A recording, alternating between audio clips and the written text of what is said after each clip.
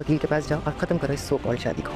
अपनी दी हुई कसम वापस लेती हूँ, लेकिन एक बात याद रखना, रज़ा भाई किसी सूरत शिफा की शादी तुमसे नहीं करेगी। जानती हैं आप, ये शादी शुरू से ही बड़ी गलतफहमी का शिकार थी। क्या दफा नाजिल करने आया? बनती तो सजाए मौत है, और मेरी बच्ची काफिलों के रास्ते में हाइल नहीं है। हमारी तरफ से तुम आज़ाद हो सालिस।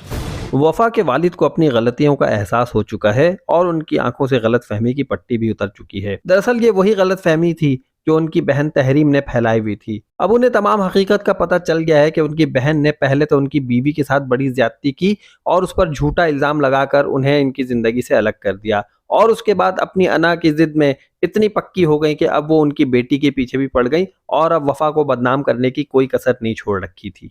अब अपनी गलतियों का अजाला करने के लिए वफा के वालिद वफा को अपने साथ घर लेकर जाएंगे तो घर वाले बहुत हैरानगी से देखेंगे कि ये क्या माजरा हो गया, ये वफा को क्यों लेकर आ गए हैं। और फिर वो तमाम घर वालों के सामने हकीकत को खोलेंगे और यही कहेंगे कि तमाम गलत फहमियाँ तहरीम ने फैलाई थी और तहरीम पर भी इस बात पर बहुत गुस्सा होंगे।